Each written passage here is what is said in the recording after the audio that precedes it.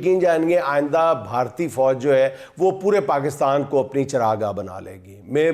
मुझे मेरा ईमान की हद तक इस बात पे यकीन। भारत ने आखिरकार अपना S-400 मिसाइल सिस्टम दाग दिया है। भारत और पाकिस्तान के बीच जंग बढ़ती नजर आ रही है। शोहदा की कौम को ललकारा है, और ललकारा भी किस कौम को है कि जिसके इनको हिट किया जा सकता है।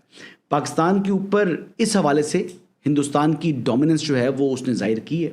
और ये देखिए किस तरह से भारत ने अपने इस एयर डिफेंस कैपेबिलिटी का इस्तेमाल करते हुए पाकिस्तानी मिसाइल को हवा में ही इंटरसेप्ट कर दिया है। ये पाकिस्तान पर हमला करने का हम इस बात का इंतजार कर रहे थे और जर्नलिस्ट बातें भी कर रहे थे कि पाकिस्तान कब रिटेलिएट करेगा। ये तस्वीरें देखकर आप समझ सकते हैं कि भारत की जो वायु योद्धा शक्ति है कि अगर इस मौके पे जवाब ना दिया गया तो हम बेचारगी की और बेबसी की तस्वीर बन के रह जाएंगे। पता नहीं क्यों ऐसे ब्लंडर्स करते हैं, आई डोंट नो दैट। और मैंने कहा कि वहां पे मतलब ठीक ठाक किस्म के लोग वहां पर मौजूद हैं, ऐसे नहीं है। चले सिविलियन या आम लोग अगर आके फ्यूनरल पढ़ते हैं या जो भी करते हैं, दुआ के लिए आते हैं, वो एक अलग बहस है। ये ड्रोन टेक्नोलॉजी के हवाले से जिस तरीके से उसके ड्रोन जो हैं वो रावलपिंडी में, लाहौर में और कराची में, यानी ये बड़े शहर हैं, यहाँ तक पहुँच गए। पाकिस्तान की तरफ से जो नापाक कोशिश की जा रही थी उसको जड़ में ही कुचलने के लिए भारत की तरफ से S-400 डिफेंस सिस्टम हाल ही में तो रशिया से हमने लिए हैं, वो इन प्लेस थे और उसका हमने इस्तेमाल किया। उसके आगे दुश्मन कितना लाचार है, कितना नाकाम है। वो हिंदुस्तान जब चाहेगा, जहां चाहेगा, महदूद पैमाने पे हमला करेगा, अपना टारगेट हासिल करके अमन का राह गला अपने लग जाएगा और हम देखते रह जाएंगे। नाज़रीन, इस बात की तस्दीक हो चुकी है कि भारत ने तबाहकुन मिसाइलों या ड्रोन्स के जरिए पाकिस्तान के 7 अजला को निशाना बनाया और इन शहरों में बहावलपुर, लाहौर, शेखुपुरा, सियालकोट, गुजरांवाला, नारोवाल, चकवाल शामिल है। जैसा मैंने कहा कि लाहौर पे जो हमला है जिस मकाम पे किया गया है वो इंतहाई खौफनाक डेवलपमेंट है, इंतहाई खौफनाक। इसलिए नहीं कि हम खुद लाहौर में है, नाज़रीन स्ट्रेटेजिकली देखा जाए तो बहुत खौफनाक वो डेवलपमेंट है। जो लोग मामलात को जानते हैं उनकी इस पे बहुत गहरी नजर है। पाकिस्तान ने रिटेलिएट करना शुरू कर दिया था जब उन्होंने लाइन ऑफ कंट्रोल के आर पार फायरिंग शुरू की और 7 मई को ही उन्होंने पुंछ के मुकाम पे एक गुरुद्वारे पे अटैक किया और कई बच्चे और औरतें वहां पे शहीद हुए। भारतीय मीडिया का कहना है, भारतीय सरकार का भी कहना है कि 3 लोग हैं, मगर सिख कम्युनिटी का कहना है कि शायद 3 से ज्यादा हैं और बहुत से लोग जख्मी हैं। ये एक बहुत बड़ा अटैक था सिख कम्युनिटी के ऊपर। इस दौरान ड्रोन जो स्ट्राइक्स हुई उसके बाद हमारे डिफेंस मिनिस्टर कह रहे हैं कि जी अब सबर खत्म हो चुका है। मुझे नहीं पता, वैसे बाय द वे जो पहले मतलब जो 6 और 7 की दरमियानी रात को जो अटैक किया था वो क्या सबर के लिए था, मुझे नहीं पता।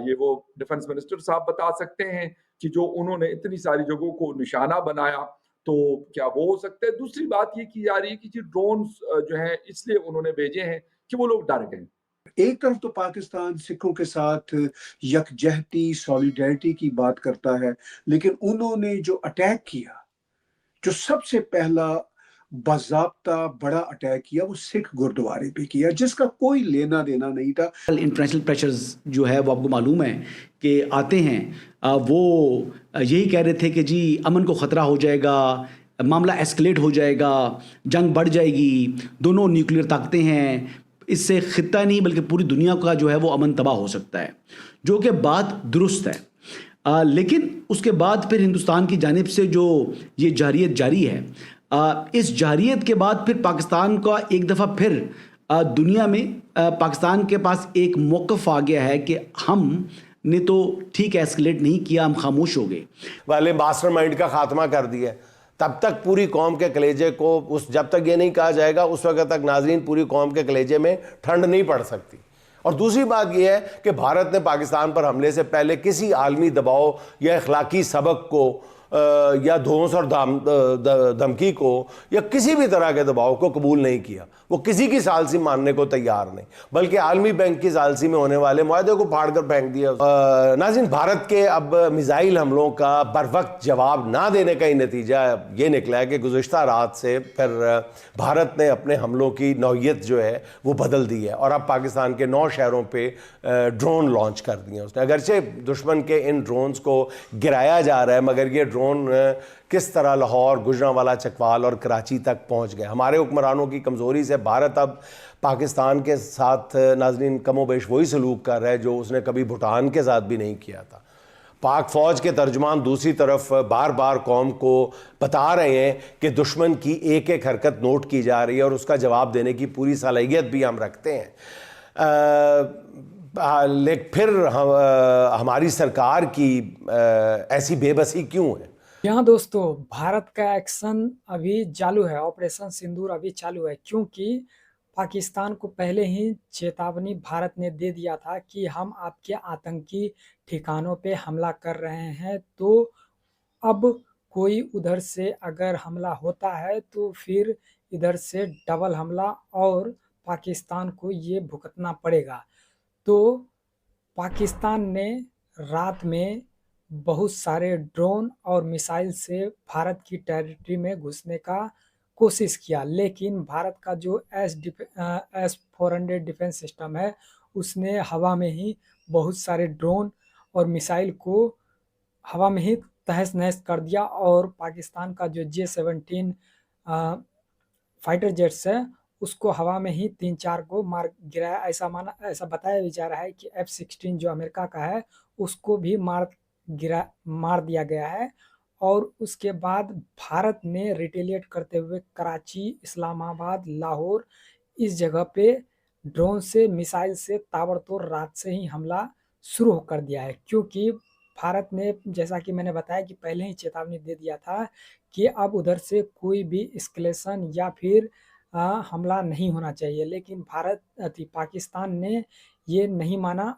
अब भारत ने यूएन में भी जयशंकर जी जो है उन्होंने कॉल करके बता दिया कि अब हम इसको नहीं छोड़ेंगे। तो भारत इसी मौके के तलाश में था। अब भारत को मौका मिल गया है कि पीओके को भी लेने का और पाकिस्तान का कई टुकड़े करने का, क्योंकि भारत का जो डिफेंस सिस्टम था वो सारे मिसाइल को मार दिया है। अब भारत का बारी है। अब जो ड्रोन हमला जो थोड़ा सा ट्रेलर था, अब वो ट्रेलर नहीं रहेगा। अब यहाँ से हाइपरसोनिक और INS विक्रांत जो समुद्र का भारत का जो राजा है उससे भी हमला होगा ताबड़तोड़। तो भारत अब संभल के नहीं, अब डायरेक्ट हमला करेगा, तो पाकिस्तान को अब संभलने का मौका नहीं मिलेगा। तो आपका क्या कहना है? भारत पाकिस्तान को अब पूरी तरीक़ा से निस्तनाबूद तोड़ दिया जाए 5-6 भागों में और पीओके को भी ले लेना चाहिए और गिलगिट बाल्टिस्तान है जो उसको भी अलग कर देना चाहिए। तो आप अपनी राय कमेंट में ज़रूर दें और चैनल पर नए तो चैनल को सब्सक्राइब ज़रूर कर लें।